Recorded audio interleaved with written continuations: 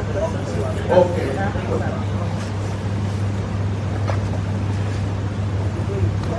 My name is Jenny. I have a question for I've been to women's meetings where you find women who have achieved everything they want to achieve.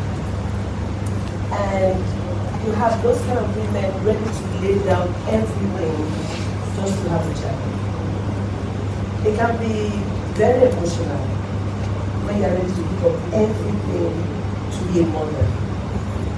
And we have seen the situation driving women, to do all kinds of things. We've talked about the baby factory, people going to get children. But children are not born every day, and having a child is not like a commodity you go to the supermarket to get. So even if you want, they are not available, you have to be on the queue. But when you have somebody who was never pregnant, who comes to say, oh, I had a child. I mean, this desperation has driven women, and of course the stigmatization that also comes with culture, tradition, in-laws, and everybody pressure. And the woman is so desperate to be called a mother, she goes anywhere to bring a child. And then you tell people who even saw you till the day you brought the child. And I just gave them. I'm not talking of adopting here, you bring everybody celebrates with you, you be adopted. Because you don't want that word adoption, you make everybody, not even surrogacy, yes, you just show up. I saw you a week ago, and here you are, that you just gave birth. And people like to mind their business now, but we are being told, report if you see something. No. How do you just show up? And you want everybody to believe that you've been pregnant all along. And here you are, with a child. I'm just saying this because some of us here or in our community, we put pressure on women and drive them to this point. In-laws, sisters, in-laws, somebody is also going to be somebody's wife someday. You don't even know what life will do. You're already here making somebody's life miserable to the point that she goes and brings a child and just announce to everybody that I just gave birth. That's my question. My second question is for yes, how do you handle that? Because you also see what is driving the woman. She wants to have a child, but you have to go through this route and make right-thinking members of the society look like fools who have to keep their mouth shut because they pity you or they are trying to kill. My second question is a cube of sugar, a cube a day. Is it too much? Is it okay? Just a cube a day. Is it okay? How many cubes?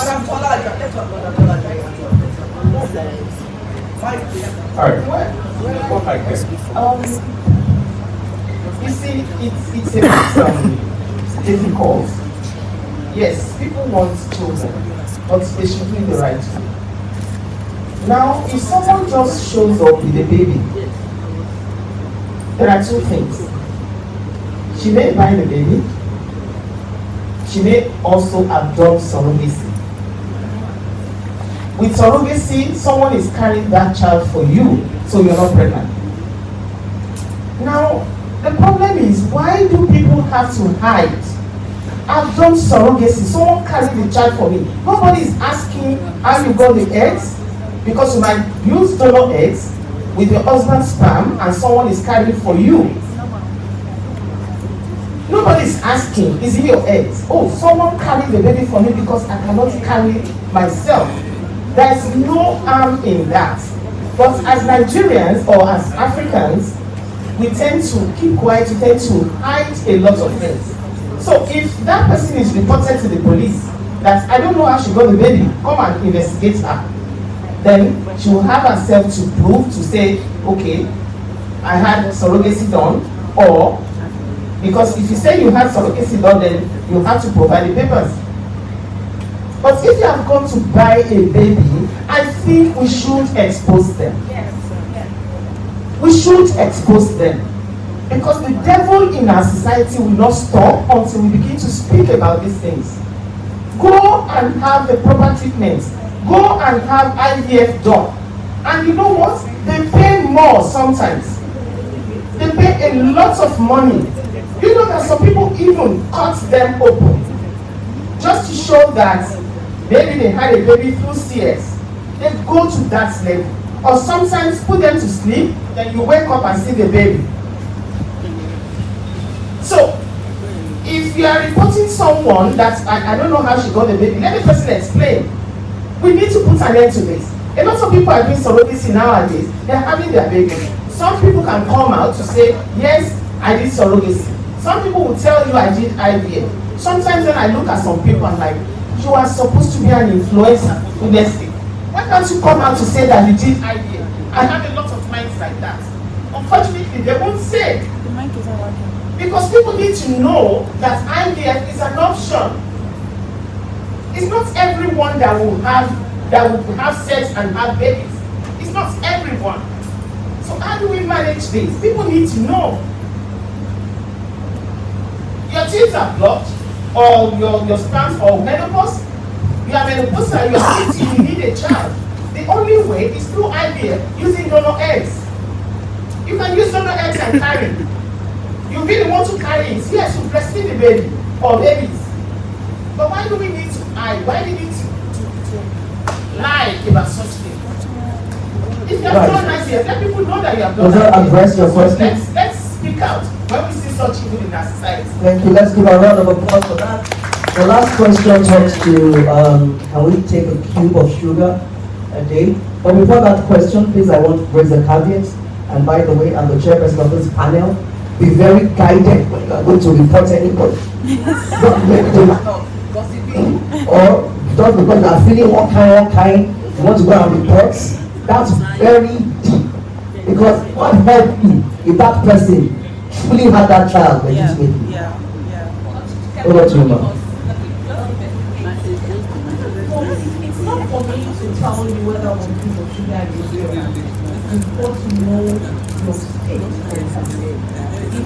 If you're in the menopausal stage, your body system has started to change, I will advise you just abstain from sugar completely. Because at this stage, the pH of the system, especially your vagina, is going down. And once the pH of your vagina goes down, the growth of negative organisms starts to increase. And once your sugar level 2 is added to it, that's when women start having discharge, they are going from one year to another. It's very, very complicated. So know yourself and if possible, abstain from sugar at this stage. Thank you very much. Let's jam our hands together for this distinguished panel. Can we rise up and take pictures? Picture time for the panel, please. These are the leaders of Guardian. Vanguard. Please join us. That's bad, right? No, it's funny, it's funny.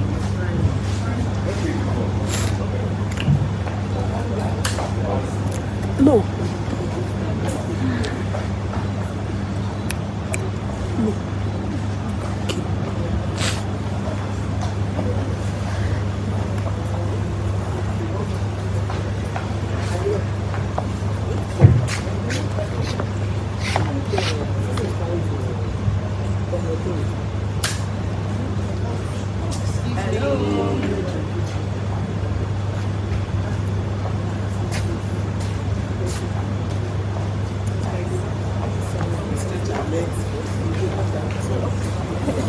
All right, thank you so very much. Put your hands together for them as we leave the podium. Very, very insightful conversations. I learned, more than enough. In fact, I mean, the only thing to hearing that you probably missed, and I don't know why that was missed, is this there's a huge, you haven't heard me yet. I worry that there's a huge cosmetic industry, particularly in Lagos, where women are changing the colors of their skin and the shape of their bodies. I was hoping you could speak to the health impact of those things. It's important because a lot of women are having problems with those surgeries and they run into health implications. Sorry? You will. I think after the next speaker speaks, I'll create a meeting with the people to speak to them. I think it's an important subject. I thought you were going to touch on it. But I'll create time for you to have a thing or two to say on it. Okay, so very quickly, so that we don't waste any time, I'd like to quickly invite on stage to deliver another brief address. And I'd like to welcome to the podium Dr. Abiola Salami, who is a world-class performance strategist and the convener of the Peak Performing Woman of the Year. I read your columns on the Guardian or corporate, right? So please put your hands together.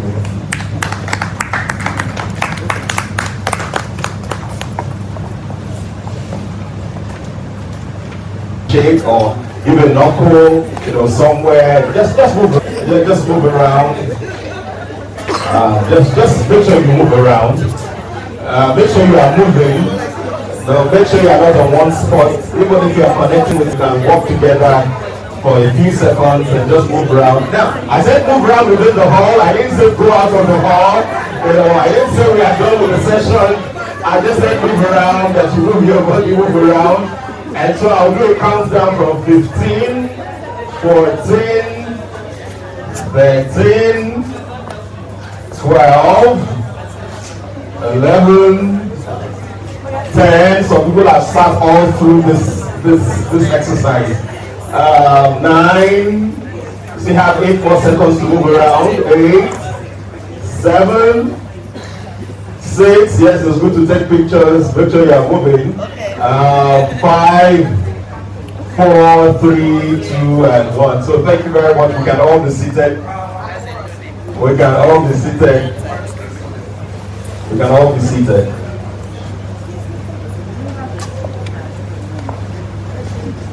So I'm waiting for us to be seated.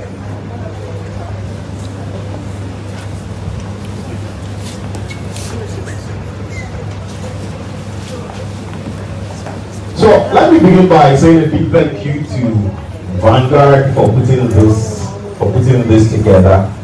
I'm a champion for women cause. I've done this since 2013. That is 11 years now. I remember some years after we started, I released my second book, which is my first book for women. The title was Who Says It's a Man's World? Trying to challenge that thinking that many people have. And I remember then when the book came out and many women were getting the book, were reading the book, were applying the lessons to improve their careers and their enterprises. And we used to receive emails from women that will start with my dear sister. If you remember when I was introduced, my name is Abiola, and if you understand Yoruba, you will know that Abiola is a unisex name. So they will send us a mail that my dear sister. Thank you very much for women supporting women, yes. And then when we receive those mails, my team and I will have a good laugh. Until we have a forum like this, and then they invite